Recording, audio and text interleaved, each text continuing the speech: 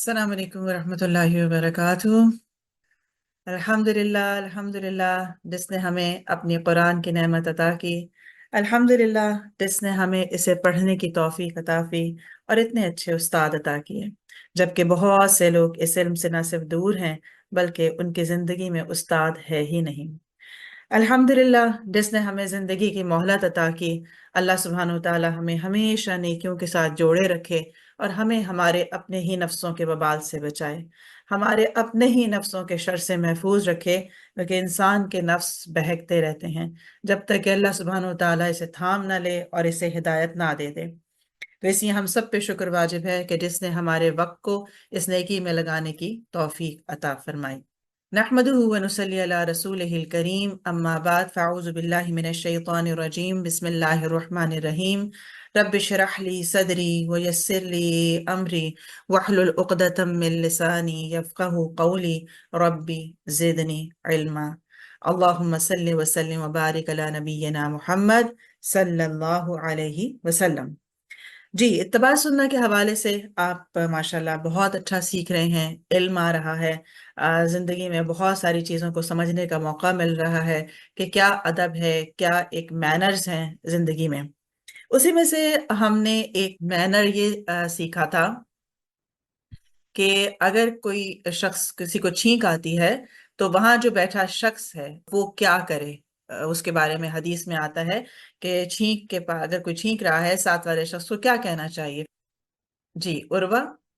جس کو چھینک آئیے وہ پہلے بولے گا الحمدللہ، پھر دوسرا بولے گا یرحمک اللہ۔ شاباش، جزاک اللہ۔ اور پھر اس کا جواب کیا ہوگا؟ یرحمک اللہ کے بعد وہ دوسرا کیا کہے گا؟ عائشہ بتائیں گی۔ میم وہ کہے گا یغفر اللہ لنا ولکم۔ شاباش، بارک اللہ، یغفر اللہ لنا ولکم، اللہ آپ کو اور ہمیں بخش دے۔ گویا ایک دوسرے کے ساتھ جو دعا ہے یا وشز کا تبادلہ ہے، یہ کس طرح ہے؟ یہ بھی ہمارے مینرز ہیں کہ ہمیں کیسے کرنا چاہیے۔ اور پھر اور مینرز بھی اسلام نے ہمیں سکھائے ہیں، جیسے کہ جب چھینک آ رہی ہو تو اپنا ہاتھ رکھ لیا جائے، کوہنی میں چھینکا جائے، سامنے نہ چھینکا جائے، آواز کو مدھم رکھ لیا جائے۔ تو یہ ہے وہ چیز کہ جب ہم اسلام کے ساتھ جڑ جاتے ہیں تو جو ہم سمجھتے ہیں کہ شاید یہ مغربی مینرز ہیں اور ہم اس طرح بیہیو کرنے لگتے ہیں، تو ہم دیکھتے ہیں کہ ہمیں ان چیزوں کا بھی اسلام جو ہے وہ طریقہ سکھاتا ہے۔ جی اریکہ، نبی صلی اللہ علیہ وسلم نے ایک کسی مرد کے ہاتھ میں جب انگوٹھی دیکھی تھی تو آپ نے کیا کہا تھا کہ تم میں سے کوئی سونے کی انگوٹھی پہن کر گویا کس چیز کا ارادہ کرتا ہے؟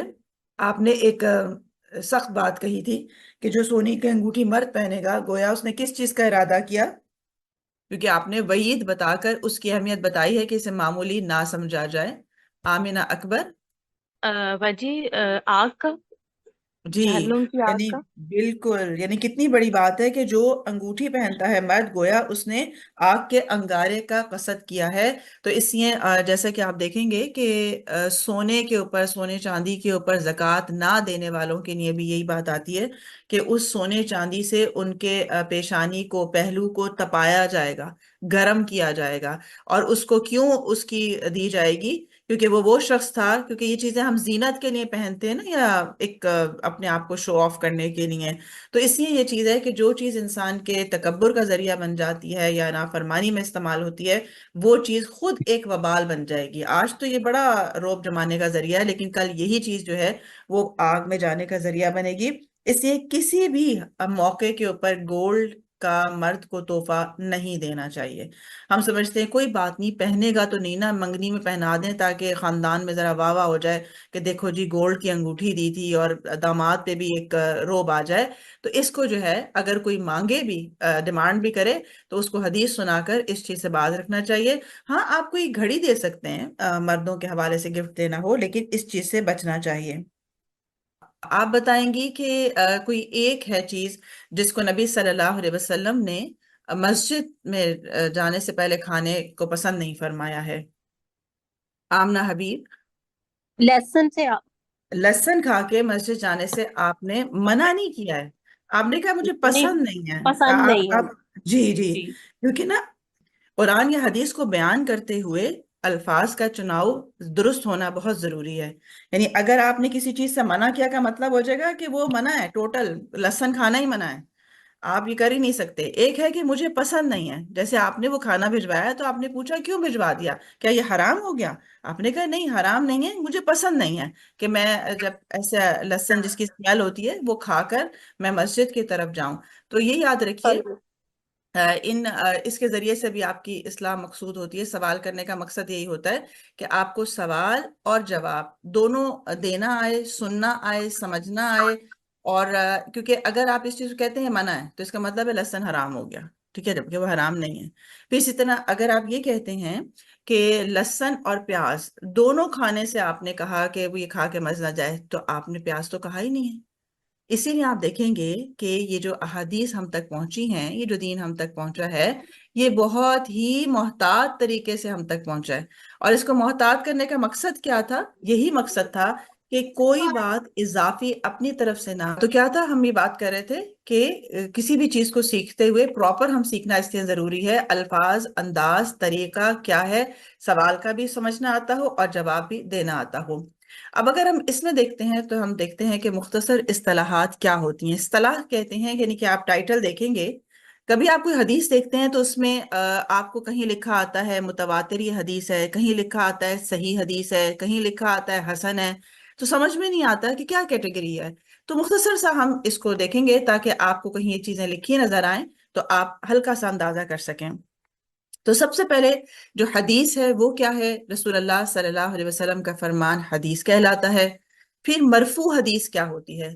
جس حدیث میں صحابی رسول صلی اللہ علیہ وسلم کا نام لے کر حدیث بیان کی جائے وہ مرفوع کہلاتی ہے. جیسے آپ نے دیکھا ہوگا نا، پیچھے آتا ہے کہ فلاں نے روایت کیا کہ رسول اللہ صلی اللہ علیہ وسلم نے فرمایا. تو یہ جو ایک حدیث ہے، ڈفرینٹ حدیث کو ڈفرینٹ کیٹیگریز میں رکھا گیا ہے تاکہ آپ کو پتا چلے کہ سب سے اسٹرانگ اتھینٹسٹی اس کی ہے، پھر درجہ اس کا ہے، پھر اس کا ہے اور اس کا ہے. اور اس کی وجہ کیا ہے؟ وہ یہی وجوہات ہیں جو اس میں بیان ہو رہی ہیں. پھر اسی طرح کچھ احادیث میں آپ لکھا ہوا دیکھیں گے متواتر حدیث ہے.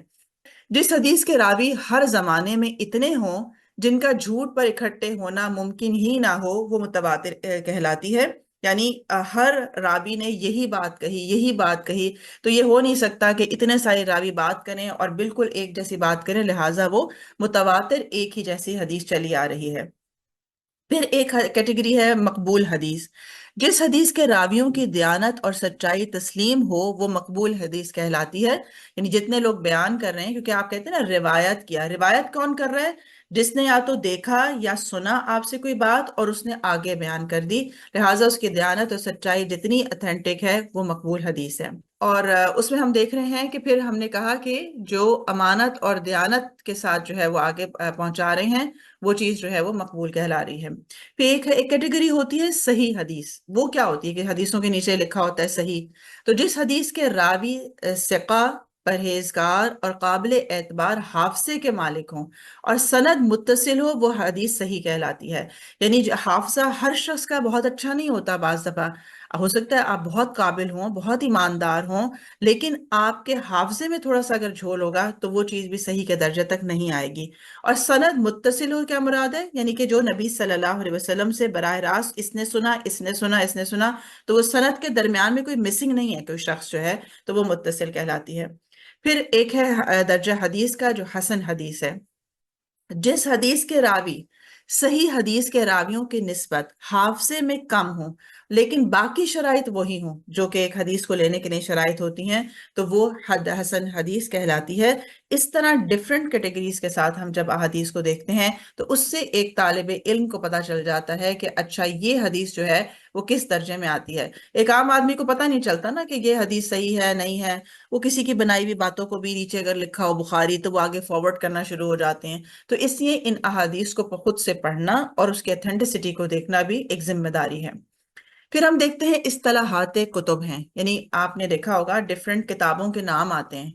صحائح ستہ حدیث کی جو 6 کتب ہیں جو کہ اپنی صحت کے اعتبار سے، اتھینٹسٹی کے اعتبار سے زیادہ مانی جاتی ہیں، وہ بخاری، مسلم، ابو داؤد، ترمذی، نسائی اور ابن ماجہ ہیں. اسے ملا کر صحائح ستہ کہا جاتا ہے. یعنی صحیح احادیث کی 6 کتابیں. ایک ٹرم آتی ہے جامع. جس حدیث میں اسلام کے متعلق تمام مباحث، عقائد، احکام، تفسیر، جنت، دوزخ وغیرہ کا ذکر موجود ہو، وہ جامع کہلاتی ہے، یعنی یہ کتاب وہ ہے جس میں سارے احکامات موجود ہیں ان سے متعلق۔ پھر سنن احادیث جو ہیں، جس کتاب میں صرف احکامات کے متعلق احادیث جمع کی گئی ہوں وہ سنن کہلاتی ہے۔ مثلا سنن ابی داؤد، اس میں سارے جو احکامات ہیں یا فرائض ہیں یا ان سے متعلق بات کی گئی ہے، ہر ٹاپک پہ بات نہیں ہے اس میں۔ پھر اسی طرح مسند ہے، جس کتاب میں ترتیب وار ہر صحابی کی احادیث ایک بار جاری کر دی گئی ہوں وہ مسند کہلاتی ہے۔ ایک ہی صحابی نے کیا جو روایت کیا اس کی ایک ترتیب ہے، مثلا سنن ابی داؤد اس کا نام رکھا گیا، یا جو سنن ابی داؤد ہے اس کے جو ترتیب ہے اس میں یہ ہے کہ اس میں روایت ہر صحابی کی ایک جگہ کر دی گئی۔ پھر اربعین، جس کتاب میں 40 احادیث جمع کی گئی ہوں وہ اربعین کہلاتی ہے، مثلا اربعین نووی ہے جس کے اندر 40 احادیث کو جمع کیا گیا ہے۔ یہ ایک مختصر سا خاکہ آپ کو دکھانا اس لیے تھا کہ آپ کے پاس تھوڑے سے آپ ناموں سے مانوس ہو سکیں۔ اب دیکھتے ہیں ہم کہ سنت ائمہ کرام کی نظر میں کیا ہے، کیونکہ ہم دیکھتے ہیں کہ ہمارے کلچر میں ائمہ کا جو درجہ ہے کہ کوئی کہتا ہے امام ابو حنیفہ کا زیادہ بہتر دین ہے، کوئی کہتا ہے امام شافعی کا ہے۔ اب ہم دیکھتے ہیں کہ خود ائمہ سنت کو کس نظر سے دیکھتے ہیں۔ تو ائمہ کرام کی زندگی میں جو ان کا مقام تھا حدیث کا وہ آپ دیکھ سکتے ہیں۔ حضرت امام ابو حنیفہ رحمہ اللہ سے پوچھا گیا کہ اگر آپ کا کوئی قول قرآن مجید کے خلاف ہو تو کیا کیا جائے؟ امام ابو حنیفہ نے جواب دیا کہ قرآن مجید کے مقابلے میں میرا قول چھوڑ دو۔ پھر پوچھا گیا اگر آپ کا قول سنت رسول کے خلاف ہو تو کیا کیا جائے؟ امام ابو حنیفہ نے جواب دیا کہ سنت رسول کے مقابلے میں میرا قول چھوڑ دو۔ پھر پوچھا گیا کہ آپ کا قول صحابہ کرام کے قول کے برعکس ہو تو پھر کیا کیا جائے؟ تو آپ نے فرمایا کہ صحابہ کے قول کے مقابلے میں بھی میرا قول چھوڑ دو۔ گویا بالکل واضح بات ہے، کیونکہ بعض دفعہ کچھ لوگ اسی بات پر ہی بحث شروع کر دیتے ہیں کہ نہیں ہم تو امام ابو حنیفہ کے پیروکار ہیں لہٰذا ان کے آگے حدیث بھی رکھ دی جائے، تو وہ اپنی بات کو سے ہٹتے نہیں ہیں۔ تو یہ بات یاد رکھیے کہ ہماری تمام جو تقلید ہے یا عقیدہ ہے وہ قرآن و سنت پر ہے، اور جو شخص بھی اس سے متعلق ہماری رہنمائی کرے گا ہم اس کی بات کو سمجھ لیں گے، ہم اس کو فالو کریں گے۔ لیکن اگر کہیں پر جو کہ امام صاحب خود کہہ رہے ہیں کہ میری بات قرآن و سنت کے خلاف دیکھو تو میرا قول چھوڑ دینا، یہ جو ریجیڈیٹی آتی ہے یہ اصل میں ان عوام میں آتی ہے جو ان ائمہ کی زندگی کو بھی نہیں جانتے کہ انہوں نے کتنی محنت کی ہے اس رستے کے اندر۔ تو لہٰذا یہ بات سمجھ لینی چاہیے کہ آپ کے مقابلے پر، نبی صلی اللہ علیہ وسلم کی بات کے مقابلے پر کسی کی رائے بھی اہم نہیں ہوتی، وہ کتنا ہی بڑا امام کیوں نہ ہو۔ پھر حضرت امام مالک بن انس رحم اللہ فرماتے ہیں کہ بلا شبہ میں بشر ہوں اور میرا قول صحیح بھی ہو سکتا ہے اور غلط بھی ہو سکتا ہے، لہٰذا میرے قول پہ غور کرو، جو کتاب و سنت کے مطابق ہو اس پر عمل کر لو اور جو اس کے خلاف ہو اسے بالکل چھوڑ دو۔ اس سے واضح بات ہو سکتی ہے کہ ہم ائمہ کرام کی باتوں کو دیکھیں اور پھر دیکھیں کہ انہوں نے کیا حکم دیا۔ ہم اسی بات پہ جھگڑے کر لیتے ہیں، تفرقے کر لیتے ہیں، ایک دوسرے کو نیچا دکھانے کی کوشش کرتے ہیں، اپنے اوپر فخر کرتے ہیں ہم تو اس کے پیروکار ہیں اس کے ہیں۔ تو یہ سب کس کے پیروکار تھے یہ بھی تو دیکھا جائے۔ یہ تو خود قرآن و سنت میں عمل کرتے کرتے اپنی زندگیاں انہوں نے وقف کی اور اس طرح سے آج ان کا نام باقی ہے۔ حضرت امام مالک رحم اللہ فرماتے ہیں نہ میری تقلید کرو، نہ امام مالک کی، نہ امام شافعی کی، نہ امام اوزائی کی اور نہ ہی امام سوری کی، بلکہ دین کے احکامات وہیں سے لو جہاں سے ان لوگوں نے لیے تھے، یعنی کہ کتاب و سنت سے۔ کتنا واضح پیغام ہے کہ یہ ائمہ کیسے بن گئے تھے یہ بھی تو دیکھیں آپ۔ اسی طرح بعض دفعہ کچھ لوگ جو ہیں وہ جو بڑے بڑے ایسے نیک لوگ ہوتے ہیں، اللہ کے قریب لوگ ہوتے ہیں، آپ دیکھیں کہ ان کی قبروں کے اوپر مزار بنا لیتے ہیں، وہاں جا کے سجدے کرنے لگتے ہیں۔ انسان پوچھے کہ یہ لوگ اگر اللہ کے قریب ہیں، ویسے تو اللہ ہی جانتا ہے کہ کون کتنا قریب ہے، لیکن اگر اللہ کے قریب کوئی ہیں بھی لوگ یا اللہ تعالیٰ نے ان کو کس کا درجہ عطا کیا، تو یہ دیکھیں وہ اللہ کے قریب ہوئے کیسے تھے؟ کیا وہ بھی اسی طرح مزاروں میں جا جا کے بیٹھ کے اللہ کے قریب ہوئے تھے، یا انہوں نے اپنی زندگی اللہ کے لیے جب سرنڈر کر دی، اپنے آپ کو اطاعت میں ڈھالا، تب جا کے اللہ نے ان کو یہ مقام دیا؟ تو یہ بہت اہم بات ہے کہ یہ دیکھا جائے کہ ان سب نے کس کی پیروی کی تھی جس کے بعد یہ امام کے درجے تک پہنچے تھے۔ اسی طرح امام ابو حنیفہ رحم اللہ کے نزدیک حدیث پر عمل کرنا کیسا ہے؟ امام ابو حنیفہ رحم اللہ فرماتے ہیں کہ لوگ اس وقت تک ہدایت پر قائم رہیں گے جب تک ان میں علم حدیث حاصل کرنے والے لوگ موجود رہیں گے، اور ماشاءاللہ آپ لوگ ان میں شامل ہیں کہ جو قرآن اور حدیث کا جب تک لوگ علم حاصل کرتے رہیں گے وہ ہدایت پر رہیں گے۔ جب حدیث کے بغیر دین کا علم حاصل کیا جائے گا تو لوگوں میں بگاڑ اور فساد پیدا ہو جائے گا۔ وہ ہائی لائٹ کریں، حدیث کے بغیر علم حاصل جب کیا جائے گا، اس لیے یہ بھی ضرور دیکھنا چاہیے کہ آپ دین کا علم کہاں سے لے رہے ہیں۔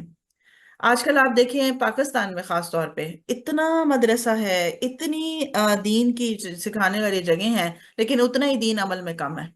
دنیا میں اتنے نہیں مدارس ہوتے جتنے پاکستان میں پائے جاتے ہیں، اور وجہ کیا ہوتی ہے کہ اتھینٹک دین ہونا اہم ہے۔ صرف یہ نہیں کہ ہم نے کہا وہ ہمارے محلے میں ایک ہے جہاں سکھاتے ہیں، چلو قریب پڑے گا وہیں چلے جاتے ہیں، چلو فلانا جو ہے نا وہ تو بڑا دور پڑے گا اس لیے۔ تو یہ بات یاد رکھیے کہ جیسے ہم دنیاوی تعلیم کے لیے بیسٹ آف دا بیسٹ اپنا ڈھونڈتے ہیں کہ ہم آکسفورڈ تک چلے جاتے ہیں، ہجرتیں کر لیتے ہیں، اور صرف اسی لیے کہ بھئی ایک دفعہ ڈگری لینی ہے، اچھی لینی چاہیے، تو بالکل اسی طرح دین لیتے ہوئے بھی اس کے لیے ایفرٹ کرنی چاہیے کہ آپ دین کہاں سے حاصل کر رہے ہیں، تاکہ جو حاصل کریں، کیونکہ وہی علم آپ کا عقیدہ بنے گا، وہی عقیدہ آپ کا عمل بنے گا، اور وہی عمل آپ کا آگے ابلاغ دین بنے گا۔ تو گویا یہ معمولی بات نہیں ہے کہ جو علم ہمارے پاس ہے کیا وہ درست پہ مبنی ہے۔ اس لیے ہر جگہ سے دین نہیں لینا چاہیے، اتھینٹسٹی چیک کر کے۔ اور وہ کہاں سے پتہ چلے گی؟ وہ اس سے پتہ چلے گی کہ جو شخص آپ کو قرآن اور حدیث براہ راست آپ کو پڑھا رہا ہے، آپ کے سامنے اس کو کھول دیتا ہے، آپ پہ واضح کر دیتا ہے بات، آپ اس میں سے دیکھیں۔ اور اسی لیے ہم نے کہا کہ ایک اسٹوڈنٹ ہونے کے ناطے یہ ہم سب کا فرض ہے کہ اگر کوئی بات ہم سے کرتا ہے دین کے حوالے سے تو ہم اس سے پوچھیں اس کی دلیل کیا ہے۔ اگر کوئی کہتا ہے جی حدیث میں ایسی بات، آپ کہتے ہیں جی پلیز آپ مجھے ذرا حدیث دکھائیں گی تاکہ میرا شرح صدر ہو جائے۔ اگر کوئی کہتا ہے یہ بات قرآن میں لکھی ہے، آپ کہتے ہیں جی مجھے پلیز آپ آیت دکھائیں گی وہ کہاں رکھی ہے۔ تو ہر چیز کی دلیل لینا اور خود دلیل سے بات کرنا بہت اہم ہے۔ اسی طرح امام شافعی اور امام احمد رحم اللہ کے نزدیک بھی ہم حدیث کو دیکھتے ہیں کہ امام شافعی رحم اللہ فرماتے ہیں جب حدیث صحیح مل جائے تو وہی میرا مذہب ہے۔ نیز فرمایا جب میرا قول حدیث کے خلاف پاؤ تو حدیث پر عمل کرو، اور میرا قول دیوار پر دے مارو، ہائی لائٹ کر دیجئے۔ یعنی اپنے آپ کو ہمبلی پیش کر رہے ہیں کہ ہو سکتا ہے انسان ہونے کے ناطے ہم سے کوئی غلطی ہو گئی ہو، لہٰذا اس کو حجت نہیں بنانا۔ امام احمد رحم اللہ فرماتے ہیں کہ جس نے رسول اللہ صلی اللہ علیہ وسلم کی حدیث کو رد کر دیا وہ ہلاکت کے کنارے پر کھڑا ہے، ہائی لائٹ۔ امام اوزائی رحم اللہ، امام مالک رحم اللہ، امام ابو حنیفہ رحم اللہ میں سے ہر ایک کی بات ایک رائے ہے، اور میرے نزدیک سب کا درجہ ایک جیسا ہے۔ حجت صرف سنت رسول صلی اللہ علیہ وسلم ہے۔ کون کہہ رہے ہیں؟ امام احمد رحم اللہ کہہ رہے ہیں، جن کو دنیا امام مانتی ہے۔ وہ کہہ رہے ہیں ہم سب کی بات ایک رائے ہے، ایک عام انسان کی بات ہے، حجت ہمیشہ سنت رسول ہی رہے گی۔ یہ اصول اپنی زندگی کا بنا لیں، لہٰذا جب بات کریں دلیل سے کریں، اور جب بات کو سنیں عمل کے لیے تو اس میں دلیل طلب کریں تاکہ آپ شرح صدر سے عمل کر سکیں۔ اللہ سبحانہ وتعالی ہمیں یہ علم نافع بہترین طریقے سے سیکھنے کی توفیق عطا فرمائے، اور ہمیں اس پر عمل کے ذریعے سے اپنی رضا حاصل کرنے والوں میں شامل فرمائے۔ وآخر دعوانا ان الحمد للہ رب العالمین۔ سبحانک اللہم وبحمدک، اشہد ان لا الہ الا انت، استغفرک واتوب الیک۔ بارک اللہ فیکم۔ السلام علیکم ورحمۃ اللہ وبرکاتہ۔